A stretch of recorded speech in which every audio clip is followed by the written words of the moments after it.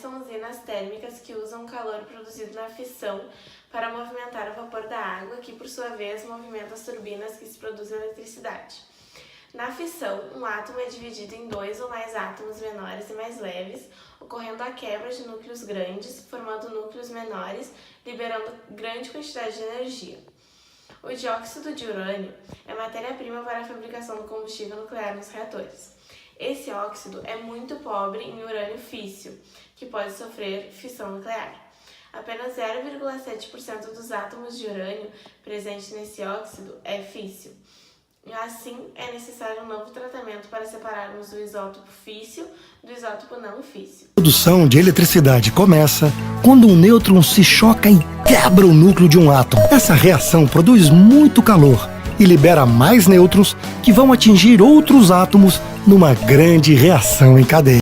O tempo de meia-vida do urânio 235 é de 7,1 vezes 10 na 8 anos. Existem 3 partículas básicas que formam a radiação emitida por um material radioativo: alfa, beta e gama. As alfas são pesadas e densas e com pouca capacidade de penetração. Uma folha de alumínio já as bloqueia. As betas são formadas por elétrons acelerados a velocidades altíssimas, que são mais penetrantes. A radiação gama consiste em ondas eletromagnéticas de altíssima energia, que são muito penetrantes, precisando de uma parede de concreto para bloquear.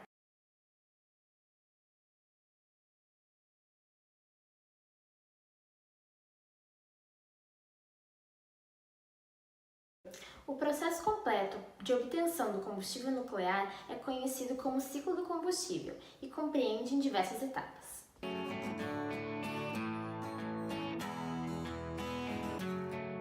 O Sol é a maior fonte de energia em nosso planeta e sua força vem dos átomos.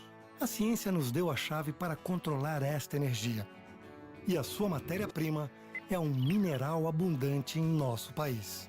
Alguns átomos de urânio são capazes de liberar muita energia, mas para virar combustível de usina nuclear, primeiro temos que aumentar sua concentração. E nós fazemos isso separando os átomos mais pesados dos mais leves, juntando tudo numa pequena, mas poderosa pastilha, capaz de produzir a mesma quantidade de eletricidade que 22 caminhões-tanque cheinhos de óleo diesel. Em Angra dos Reis, as pastilhas vão para o coração da usina, dentro de estruturas metálicas. Esse calor esquenta a água que passa pelo reator, e o reator funciona como uma grande panela de pressão. Essa água super quente aquece uma outra água, transformando-a no vapor, que move as turbinas, que por sua vez fazem funcionar um grande gerador elétrico. É assim que uma usina nuclear funciona. A fissão dos átomos produz calor que se transforma em vapor e movimento. É assim que surge a eletricidade que faz funcionar as coisas na sua casa, na sua cidade e em todo o planeta.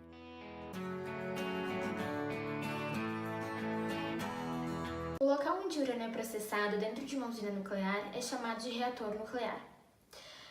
Ele é o coração da usina, sua parte principal. Partindo desse, o calor gerado pelo reator é levado em consideração o princípio da física que relata qualquer tipo de energia. O calor gerado é canalizado e transferido para a água, que se transforma em vapor.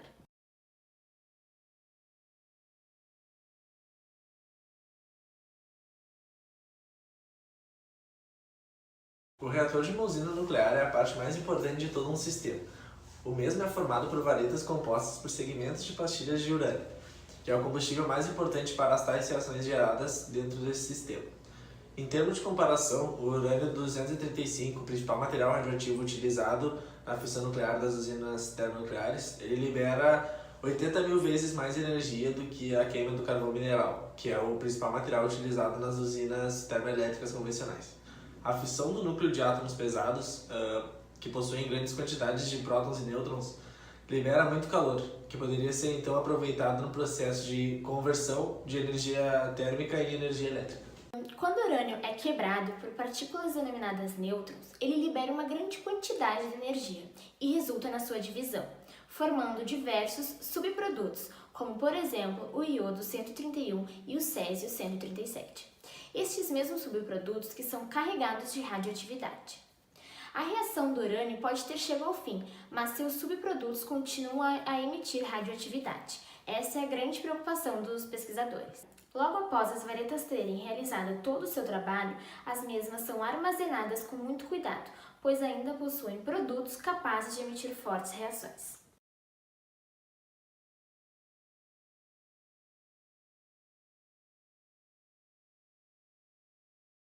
O processo de produção de energia nuclear não gera gases poluidores como acontece com as termoelétricas e não compromete a disponibilidade e a qualidade da água doce potável no país. Mas apesar de um grande lado positivo, as usinas nucleares têm diversos riscos para o meio ambiente, já que se baseia na manipulação de produtos radioativos muito nocivos à vida e ao meio ambiente. Alguns problemas decorrentes das usinas nucleares são a contaminação pelos rejeitos da contaminação nuclear, o aquecimento da água do mar, o risco da contaminação derivada de acidentes e vazamentos. A contaminação do ambiente com a radioatividade pode causar diversos problemas com a genética dos seres vivos, como, por exemplo, mutações decorrentes da radioatividade, que alteram o ciclo evolutivo da espécie, e alterações na fauna e flora do ambiente.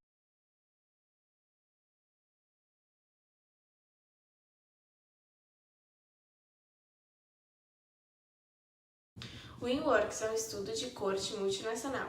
É um estudo observacional onde os indivíduos são classificados segundo o status de exposição, sendo seguidos para avaliar a incidência de determinada doença em determinado período de tempo, que reuniu 308.297 trabalhadores na indústria nuclear na França, no Reino Unido e nos Estados Unidos da América, com dados detalhados de monitoramento individual para exposição externa à radiação ionizante durante um período de 27 anos. O INWORKS, sigla em inglês para Estudo Internacional de Trabalhadores Nucleares, coordenado pela IARC, órgão da OMS que estuda o câncer, confirmou que mesmo em pequenas doses de radiação, aumenta o risco de morte por leucemia em trabalhadores.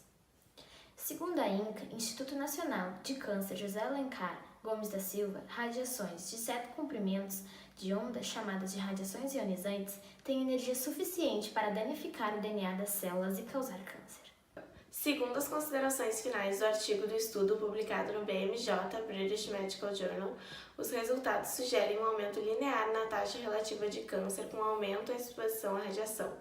Os riscos de câncer associados às exposições prolongadas à radiação podem ajudar a fortalecer a base para os padrões de proteção contra a radiação. A dose externa cumulativa individual média no período de 1945 a 2005 foi de 25 mSv, milésimos de sievert. Análises demonstram uma associação significativa entre a dose de medula óssea vermelha e o risco de leucemia, excluindo a leucemia linfocítica crônica, e entre a dose de cólon e risco de câncer sólidos.